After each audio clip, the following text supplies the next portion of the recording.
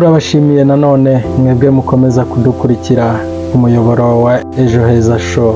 Nk'uko mubyumvise muri iyo ndirimbo dutangiranye, indirimbo iragira iti Je vous salue Saint Joseph, protecteur du nom mystère. Saint Joseph, protégez-nous. Saint Joseph, priez pour nous. Ni indirimbo nziza ya Jean-Claude Gienada, itaka kandi ikavuga ubutwari bwa Mutagatifu Yosefu, umugabo wa Mariya. Kuri uyu munsi twabateguriye icyegeranyo ndetse inkuru irambuye ivuga ku buzima bwaranze Mutagatifu Yosefu kuri iyi si. Mbere y'uko tubagezaho byinshi birambuye ku buzima bwa Mutagatifu Yosefu, reka dutangire tubuvugaho dusoma Ivanjiri ya Matayo, umutwe wa mbere, umurongo wa 16, ndetse ugataruka ukajya ku murongo wa 18 kugera ku 21 n'umurongo wa 24. Yakobo abyara Yosefu, umugabo wa Mariya, ari we wabyaye Yezu witwa Kristo. Dore uko Yezu Kristo yavutse. Nyina Mariya yari yarasabwe na Yosefu mu gihe batarabana, aza gusama inda ku bubasha bwa Roho Mutagatifu. Yosefu umugabo we wari intungane kandi utashakaga kumuteza urubwa, yigira inama yo kumusezerera rwihishwa. Igihe yari akibizirikana, umumarayika wa Nyagasani amubonekera mu nzozi, aramubwira ati Yosefu mwana wa Dawidi, witinya kuzana umugeni wawe Mariya, kuko yasamye ku bubasha bwa Roho Mutagatifu. Azabyara umwana, uzamwite Yezu, kuko ari we uzakiza umuryango we ibyaha byawo. Yosefu akangutse abigenza uko umumarayika wa Nyagasani yamutegetse, nuko azana umugeni we. Iyo ni Ivanjiri ntagatifu. Nk'uko tubashije kubyumva muri iyi Ivanjiri isomwa ku munsi wa Mutagatifu Yosefu. Dukurikije ibyanditswe bitagatifu, Yosefu yari umuyahudi wo mu kinyejana cya mbere w'i Nazareti, washakanye na Mariya nyina wa Yezu, kandi yari se wa Yezu wemewe n'amategeko. Nk'uko amateka bitubwira, Yosefu yavutse ahagana mu mwaka wa 30 mbere ya Yezu Kristo. Yosefu mwene Yakobo na Rasheli yari imfura ya Rasheli, akaba kandi umuhungu wa 11 mu bana ba Yakobo. Yosefu kandi yakundwaga cyane na se Yakobo, nk'uko tubisoma mu bitabo bitandukanye bitagatifu. Yaje gupfa ahagana mu mwaka wa 20 mu gihe cya Yezu. Izina rye bwite ni Yosefu, umuhungu wa Yakobo wa Isake. Nk'uko nawe ukumva wakomeza kubisoma muri Bibiliya ntagatifu, maze ukamenya ibisekuru bya Yosefu byose uko bikurikirana. Yosefu yaje gupfa ahagana mu mwaka wa 20 mu gihe cya Yezu. Yosefu akaba yizihizwa buri tariki ya 19 Werurwe nka Mutagatifu Yosefu, umugabo wa Mariya. Aho nyuma amateka n'ibitabo bitagatifu bitandukanye byagiye bimwandikwaho, bigaragaza uko yaje kuba kandi umutagatifu w'umurinzi w'abakozi. Uyu munsi wo wizihizwa buri tariki ya mbere y'ukwezi kwa gatanu, aho uyu munsi ibihugu bitandukanye byinshi bitanga ikiruhuko cy'abakozi, ikiruhuko cy'akazi ku bakozi babo, yaba ibigo bya leta ndetse n'ibigo byikorera ku giti cyabyo. Uyu munsi tuzawugarukaho mu buryo burambuye. None ku ya 19 Werurwe 2025 turibanda cyane kuri Yosefu Mutagatifu, umugabo wa Bikira Mariya. Mu buzima bwa Yosefu Mutagatifu, yabayeho ari umugabo w'intungane kandi wagororokeye Imana, nk'uko tubikurikira mu kiganiro cyabaye hagati ya Padiri Monderere Dominique Savio ndetse na Padiri Hategekimana Fabien Emmanuel. Aba ni abapadiri b'Abanyarwanda. Padiri Hategekimana Emmanuel ukorera ubutumwa hanze y'u Rwanda, akaba n'umunyeshuri ndetse wiga ibitandukanye, nk'uko turi buze kubikurikira mu kiganiro bagiranye aba bapadiri bavuga ku buzima bwa Yosefu mutagatifu, dore ko banamwanditseho igitabo kimuvugaho. Nitwa Hategekimana Fabien Emmanuel, ndi umupadiri wa diyoseze ya Kabgayi, ariko nkaba ndi no mu butumwa i Roma, ubutumwa bw'umunyeshuri. Nkaba niga mu ishuri rikuru ry'abapadiri ba Salesiani mu ishami ryigisha indimi z'abakurambere ba Kiliziya. Nyakubahwa padiri, turagira ngo tudatinze mutubwire muri make, ese koko mwaba mwarigeze mwandika kuri Mutagatifu Yozefu mbere yuko mumuvugaho? Nibyo, mu mwaka wa 2021 ubwo twari mu mwaka wahariwe Yozefu Mutagatifu, umwaka Papa Francisco yageneye kwiyambaza no gutaka Yozefu Mutagatifu, nagize igitekerezo cyo gusangiza abakristo ku buzima bwa Yozefu Mutagatifu. Uwo Mutagatifu Yozefu ni muntu ki? Mutagatifu Yozefu turamubona muri Bibiliya cyane cyane mu Isezerano Rishya, ariko akaba afite inkomoko mu muryango wa Dawudi, bityo akaba n'umwe mu bakomoka ku mukurambere wacu mu kwemera Aburahamu. Ibi rero binaduha kumva neza uruhare rwe mu gucungurwa kwacu, uko yakiriye Yezu Kristu ariwe Mesiya, akamurera kandi akamuba hafi mu butumwa bwe. Mutagatifu Yozefu rero tumubona nk'umugabo w'intungane watowe n'Imana, akamuha umufasha Bikira Mariya mu gutuma Yezu Kristu abona urugo rutagatifu azakuriramo i Nazareti. Wabisesengura neza ukoresha amaso y'ukwemera, ugasanga Yozefu Mutagatifu na Bikira Mariya barahujwe na Yezu, bamubera ababyeyi n'abayoboke mu kwemera. Imyitwarire yabo bombi kandi ntawe yigize ibangamira mu gushaka kw'Imana. Nyuma yo kuba umurinzi wa Yezu, Yozefu Mutagatifu yagizwe kandi umurinzi wa Kiliziya Gatolika. Usibye kuba yarindaga abarwayi, ndetse Yozefu yabaye umurinzi wa diyoseze zitandukanye. Yozefu yaranzwe no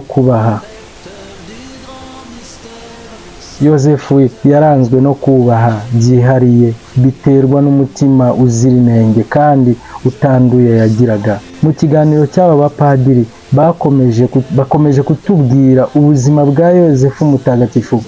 Padiri Emmanuel yakomeje atubwira icyo Papa Francisco avuga ku bijyanye na Yozefu Mutagatifu. Papa Francisco bitari na kera ubwo twahimbazaga isabukuru y'imyaka 150 Yozefu Mutagatifu atangajwe nk'umurinzi wa Kiliziya, Papa Francisco mu ibaruwa ya Gishumba yise Patris Corde, bagenekereza mu Kinyarwanda ukagira uti n'umutima wa kibyeyi. Ibaruwa yashyize ahagaragara ku itariki ya 20 Ukuboza umwaka 2020, yateruye ataka kandi adushishikariza kwiyambaza Yozefu Mutagatifu, aho yagiraga ati: Yozefu ni umubyeyi ukundwa, ni umubyeyi ukunda kandi wiyoroshya, ni umubyeyi wakira kandi witanga, ni umubyeyi ugira ishyaka ku murimo kandi akitagatifuriza mu byo akora, ni umubyeyi utuza kandi uziga. Aya rero ni amagambo akomeye Papa Francisco akoresha kandi atangarira Yozefu Mutagatifu. Uretse na Papa kandi Padiri Fabien Emmanuel yakomeje atubwira n'izindi ngero za bamwe mu bayobozi ba Kiliziya bagize icyo bavuga ku buzima bwaranze Yozefu Mutagatifu hano ku isi. Abashumba bacu, abashumba ba Kiliziya Gatolika benshi bagiye bashishikariza abakristo kwiyambaza no kuzirikana ku bubyeyi n'ubutagatifu bwa Yozefu Mutagatifu mu bihe binyuranye. Papa Yohani Paul wa II yavuze cyane kuri Yozefu Mutagatifu, umugabo wa Bikira Mariya, mu ibaruwa ya Gishumba yitwa Redemptoris Custos, bagenekereza mu Kinyarwanda umuntu akaba yagira ati umurinzi wa Yezu Umucunguzi. Ibaruwa yo kuwa 15 Kanama 1989, nyiri ubutungane Papa Yohani Paul wa II yifuje kandi ashishikariza abakristo kwiyambaza cyane cyane Yozefu Mutagatifu, umurinzi wa Kiliziya y'isi yose, bakanakuza muri bo urukundo yagiriye Yezu Umucunguzi wacu yitayeho by'agatangaza. Undi mushumba wa Kiliziya nawe wavuze kuri Yozefu Mutagatifu ni Papa Leho wa 13, nawe mu ibaruwa ya Gishumba yise mu rurimi rw'Ikilatini Quam Pluriis, umuntu yagenekereza mu Kinyarwanda akagira ati n'ubwinshi cyangwa se inshuro nyinshi twiyambaza Bikira Mariya muri rozari, ariko papa ari wa 13 akifuza ko tujya tunibuka cyane cyane Yosefu Mutagatifu. Niba rero yagiye ahagaragara mu 1889, aho umushumba wacu, umushumba wa Kiliziya Gatolika ku isi muri icyo gihe, papa ari wa 13 yagiraga ati Yosefu ni umurinzi, ni umuyobozi n'umufasha w'integereranywa w'ubushyinguro n'urugo by'Imana, yari abereye umutware.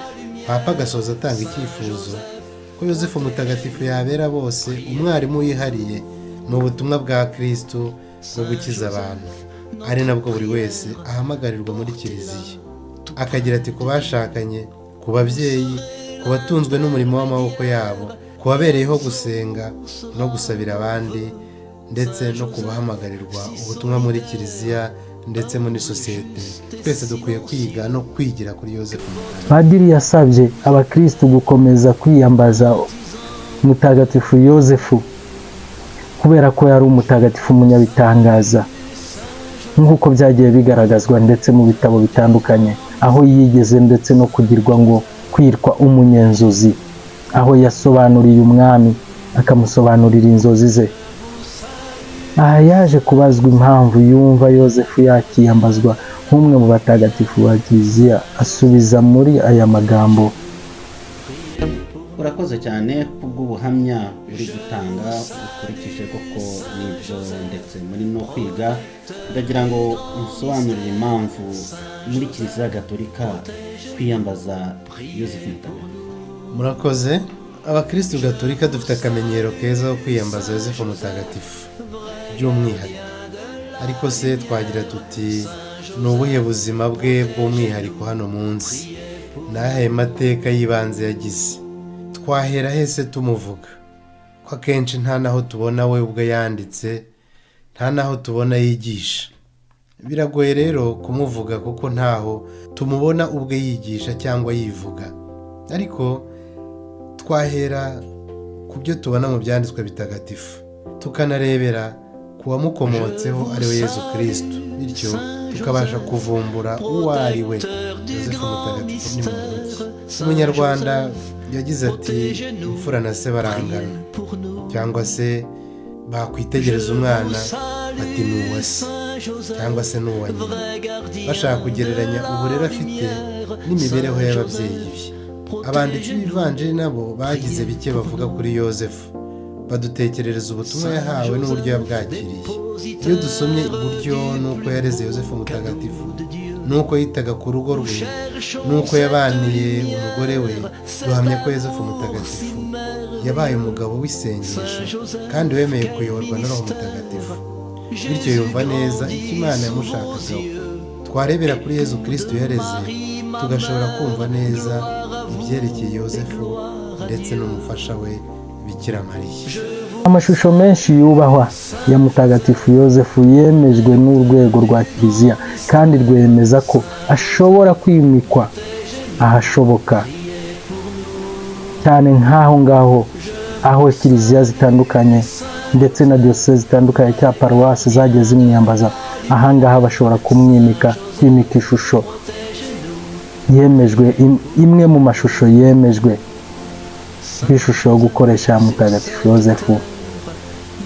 Mu gitabo kitagatifu Bibiliya, ubuzima bwa Yosefu bugaragara bwa mbere mu ivanjiri ya Matayo na Luka, akenshi byanditswe ahagana mu mwaka 80 ndetse na 90 nyuma ya Yezu. Buri kimwe kirimo ibisekuruza bya Yezu, byerekana ibisekuruza ku mwami Dawidi, ariko binyuze mu bahungu batandukanye. Matayo akurikiza umurongo munini wa cyami ukomoka kuri Salomoni, naho Luka akurikiza undi murongo ugaruka kuri Natani, undi muhungu wa Dawidi na Batisheba. Kubw'ibyo amazina yose ari hagati ya Dawidi na Yosefu aratandukanye, kimwe n'ibisekuru bibiri bitandukanye. Inkuru z'uruhinja zigaragara muri Matayo na Luka gusa, kandi zifata inzira zitandukanye zo guhuza icyifuzo cy'uko Mesiya yavukiye i Betelehemu n'uko kandi yakomokaga i Nazareti.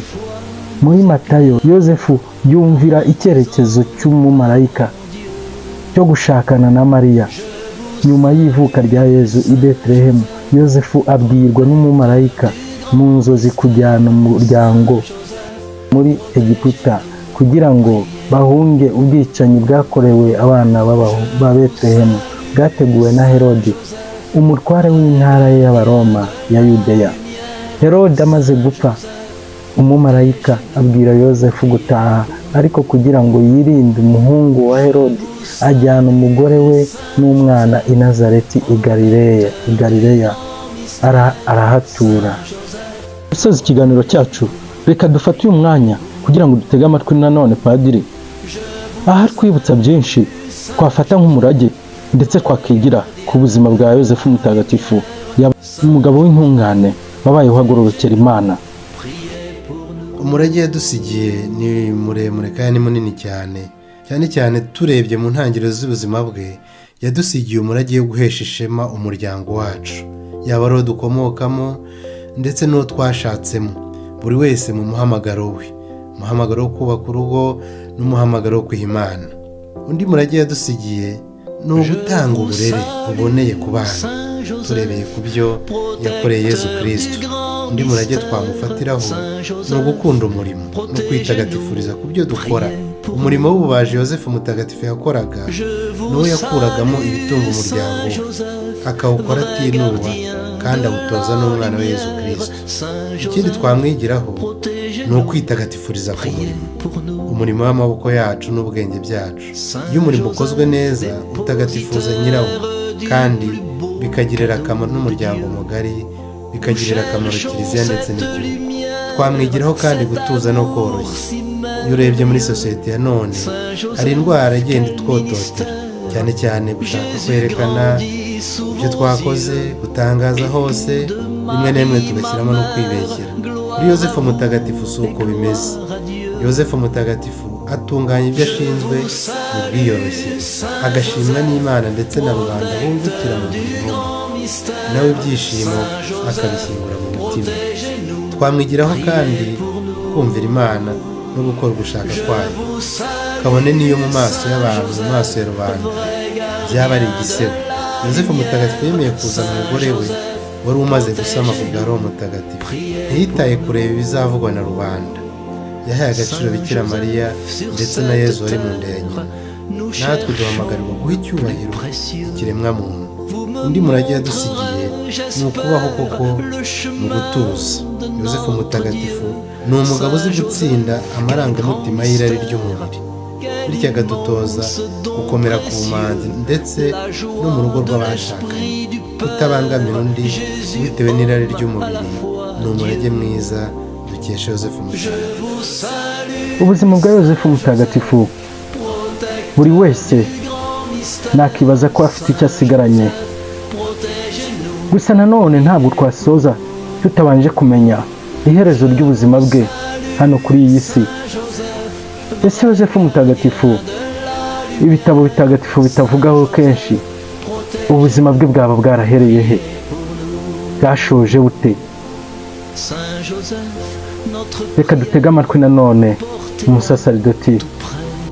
Dukunda kumva iyo tuvuga ubuzima bw'abatagatifu cyangwa se abahuye Imana, aho dukunda kugira tuti ngiyo imipfire y'iyo ntwari. Yozefu Mutagatifu biragoye kuvuga ku maherezo y'ubuzima bwe hano ku isi, kuko banditsemo amavanjiri dukesha byinshi ku mateka yo gucungurwa kwacu. Ntacyo bakomoje ku rupfu rwa Yozefu Mutagatifu, ariko iyo urebye ibyanditse mu ivanjiri ushobora gukurizaho kugenekereza ivuga igihe Yozefu Mutagatifu yaba yaratabarukiye. Umwe mu bahanga ba Kiliziya no mu bashumba ba Kiliziya, Mutagatifu Stéphane, yavuze ko Yozefu Mutagatifu yari yitabye Imana nyuma gato y'uko Yezu abuze. Igihe Yezu aburira mu ihekaru, Yozefu Mutagatifu ndetse n'umubyeyi Bikira Mariya bagasubira kumushakashaka. Nyuma y'icyo gihe ahantu twongera kubona Yozefu Mutagatifu avugwa muri Bibiliya. Mutagatifu Epifane rero akagira ati urupfu rwa yosefu mutagatifu rwagombye kuba ruri inyuma y'icyo gikorwa cyabaye. Abandi bahanga mu nyigisho no mu mateka ya kiliziya nka mutagatifu Ambroise, Agostini cyangwa se Tomasi nabo bavuze byinshi ku mipfire ya yosefu. Bagaragaje yuko yosefu yaba yaritabye Imana mbere y'uko Yezu atangira kwigisha ku mugaragaro, kuko iyo bitaba ibyo nawe yari kuba yaratumiwe muri bwa bukwe batubwira mu Ivanjiri ya Yohani umutwe wa 2 umurongo wa 1 kugera ku wa 12, aho Yezu ndetse n'intumwa ze n'umubyeyi Bikira Mariya bari batumiwe mu bukwe. Iyo yosefu ajya kuba akiriho nawe yagombye kuba yaratashye buriya bukwe. Hari kandi aho Mariya nyina wa Yezu n'abavandimwe be baje gushaka Yezu, intumwa ze zikamubwira ziti mama wawe n'abavandimwe be baragushaka. Abahanga mu nyigisho za kiliziya bakagira bati iyo yosefu ajya kuba akiriho yari kuzana ndetse na Bikira Mariya ndetse n'izo ntumwa za Yezu. Yewe no ku musaraba tubona umubyeyi Bikira Mariya munsi y'igiti cy'umusaraba. Yewe Yezu akagira ati mubyeyi dore umwana wawe, akanagira ati abwira intumwa Yohani ati dore nyoko. Guhera icyo gihe ngo wa mwigishwa amujyaniwe. Bivuze yuko iyo yosefu ajya kuba akiriho ntago Bikira Mariya ari gukurikira Yohani ngo asige uwo bashakanye Yosefu. Ubwo rero ushatse kutubwira ko igihe Yezu yatangiraga kwamamaza inkuru nziza y'umukiro, tugendeye kuri ubuhamya bw'abahanga muri kiliziya, wahamya ko igihe Yezu atangiye umurimo we ko Bikira Mariya yari atakiri kumwe nawe? Kubihamya ni ukugendera ku by'abahanga ba kiliziya bagiye badutangariza, kuko bareba amateka ya Yezu Kristo, bakareba uko yakoze ubutumwa, bakanareba abagiye bamuherekeza mu butumwa bwose. Yosefu mutagatifu mu buto bwa Yezu yamubaye hafi, aramurera, amutoza umurimo, aramukurikira kandi akajya amujyana no gusenga mu ngoro ntagatifu. Ariko Yezu amaze gutangira ubutumwa ku mugaragaro, ntabwo twongera kubona Yosefu mutagatifu amuri hafi. Ntabwo rero ko yaramufashije mu buto bwe ngo mutererane bigeze mu gihe gikomeye, mu gihe cy'ubutumwa koko busaba no kuba umubyeyi we yamuba hafi nk'uko Bikira Mariya yamubaye hafi. Ubwo butumwa bwo kuba Yosefu yari atakiriho, Bikira Mariya akaguma wenyine ndetse rimwe na rimwe agaherekeza Yezu Kristo mu butumwa bwe, ndetse tukaba tubona ko n'igihe Yezu Kristo amaze gupfira ku musaraba Bikira Mariya yagumye wenyine.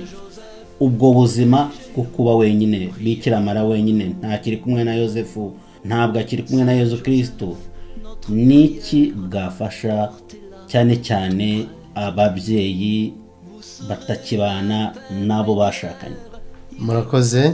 Ababyeyi batakibana n'abo bashakanye ariko batandukanyijwe n'urupfu, bo twita abapfakazi, uwatakaje uwo bashakanye ntakwiye kwiheba, kubera yuko aba ari kumwe mbere na mbere na Yezu Kristo. Yezu Kristo muri kiliziya bafite umubyeyi Yezu Kristo, afite umubyeyi kiliziya. Akaba ari niyo mpamvu Bikira Mariya atigeze yiheba, yakomeje kuba iruhande rwa Yezu kandi aramufasha mu butumwa bwe bwa buri munsi. Bikira Mariya akatubera icyitegererezo, akabera icyitegererezo benshi mu bafite ako gahinda ko gutakaza no kubura abo bakundaga n'abo bakundaga mu muhamagaro wo gushaka. Ni byiza rero buri gihe kwegamira abo babyeyi, kwegamira Bikira Mariya no kwegamira umwana wa Yezu Kristo, agahoza agahinda gaterwa no gutandukana n'uwo wakundaga. Niki wavuga yenda kuri Papa Pio wa 9 yigeze gutangaza kuri mutagatifu Yosefu? Papa Pio wa 9 niwe watangaje ku mugaragaro ko Yosefu ari umurinzi wa kiliziya. Yemeje ko Yosefu yagize urupfu rwiza kuko yaguye mu maboko ya Bikira Mariya ndetse na Yezu, bityo abo kwiyambazwa no mu gihe cy'ubuzima bwa nyuma. Hari isengesho dukunda kuvuga abakirisitu tugira tuti Yezu Mariya na Yosefu, mbashinze umutima wanjye n'umubiri wanjye. Yezu Mariya na Yosefu, muramfashe ninjya gupfa. Yezu Mariya na Yosefu, icyampa nkazapfa turi kumwe. Ni isengesho abakristo dukunda kuvuga twiyambaza ubwo butatu bwa hano ku isi, Yezu, Yosefu ndetse na Bikira Mariya. bikatwereka ko rero yosefu yagize urupfu rwiza nk'uko byatangajwe na papa piyo wa cyenda, akagira ati yosefu yaguye mu biganza bitagatifu, ibiganza mu maboko ya bikira mariya ndetse n'umwana wabo yezu kirisito. reka dushimire mwe mwese mukomeza kudukurikira no kudutera inkunga mukora subscribe, share na comment kugira ngo tubashe gukomeza gukosora byinshi bitaba byagenze neza. Mbifurije gukomeza kunogerwa n'uku kwezi kwahariwe mu buzima bwa mutagatifu yosefu. Tumwiyambaze kugira ngo akomeze aduhakirwe humana. Mbifuriza abagabo mwese gukomeza kwigira ku buzima bwa yosefu mutagatifu kugira ngo ingo zanyu zikomeze zisugire. Mugire amahoro. Hasta la vista. Ya Lucky Joseph nk'ibisanzwe. Saint Joseph, sur cette terre, nous cherchons le plus précieux. Vous me montrerez, j'espère, le chemin de notre Dieu. Saint Joseph, quel grand mystère, quel immense don précieux, la joie de l'Esprit du Père, Jésus homme, à la fois Dieu